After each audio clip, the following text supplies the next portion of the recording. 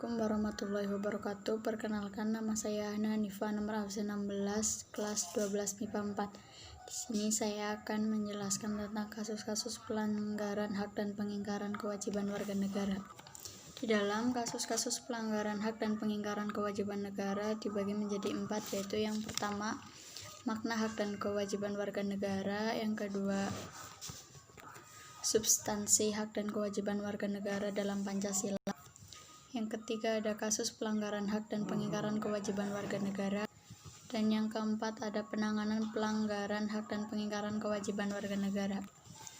Makna hak dan kewajiban warga negara.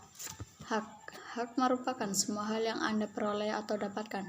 Hal tersebut dapat berbentuk kewenangan atau kekuasaan untuk melakukan sesuatu. Kewajiban warga negara dapat diartikan sebagai tindakan atau perbuatan yang harus dilakukan oleh seorang warga negara sebagaimana diatur dalam ketentuan perundang-undangan yang berlaku. Yang kedua, substansi hak dan kewajiban warga negara dalam Pancasila. Nilai-nilai Pancasila dapat dikategorikan menjadi 3, yaitu nilai dasar, nilai instrumental, dan nilai praksis. Nilai dasar yaitu nilai yang berkaitan dengan hakikat kelima sila Pancasila, yaitu nilai ketuhanan, nilai kemanusiaan, nilai persatuan, nilai kerakyatan, dan nilai keadilan. Yang kedua, hak dan kewajiban warga negara dalam nilai instrumental sila-sila Pancasila. Nilai instrumental pada dasarnya merupakan penjabaran dari nilai-nilai dasar yang terkandung dalam Pancasila. Yang ketiga ada hak dan kewajiban warga negara dalam nilai praksis sila-sila Pancasila. Nilai praksis pada hakikatnya merupakan perwujudan dari nilai-nilai instrumental. Dengan kata lain, nilai praksis merupakan realisasi dari ketentuan-ketentuan yang termuat dalam peraturan perundang-undangan yang terwujud dalam sikap dan tindakan sehari-hari.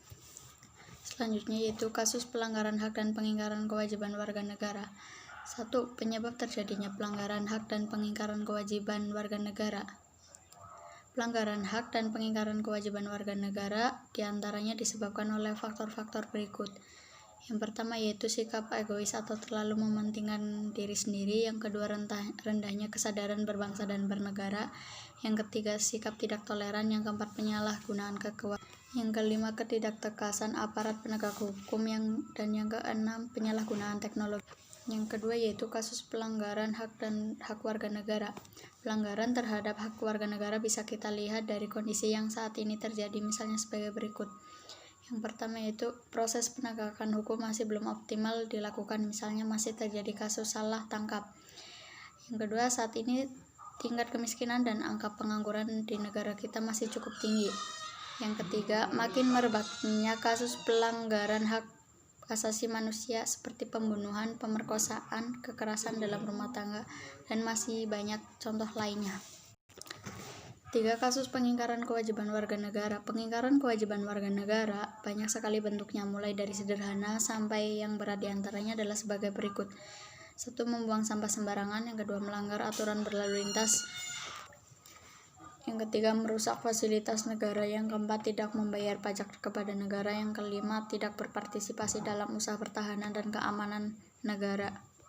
Dan yang terakhir ada penanganan pelanggaran hak dan pengingkaran kewajiban warga negara, yaitu upaya pemerintah dalam penanganan kasus pelanggaran hak dan pengingkaran kewajiban warga negara. Berikut ini upaya pencegahan yang dapat dilakukan untuk mengatasi berbagai kasus pelanggaran hak dan pengingkaran kewajiban warga negara.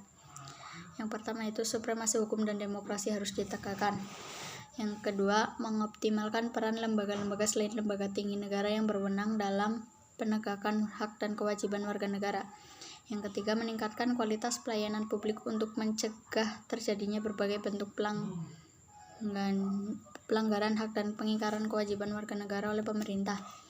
Yang keempat ada meningkatkan pengawasan dari masyarakat dan lembaga-lembaga politik terhadap setiap upaya penegak hak dan kewajiban warga negara. Dan masih banyak upaya untuk pencegahan yang dapat dilakukan untuk mengatasi berbagai kasus pelanggaran hak dan pengingkaran kewajiban warga negara. Yang kedua, membangun partisipasi masyarakat dalam pencegahan terjadinya pelanggaran hak dan pengingkaran kewajiban warga negara. Cukup sekian dari saya, kurang lebihnya mohon maaf. Wabillahi taufiq wal hidayah. Wassalamualaikum warahmatullahi wabarakatuh.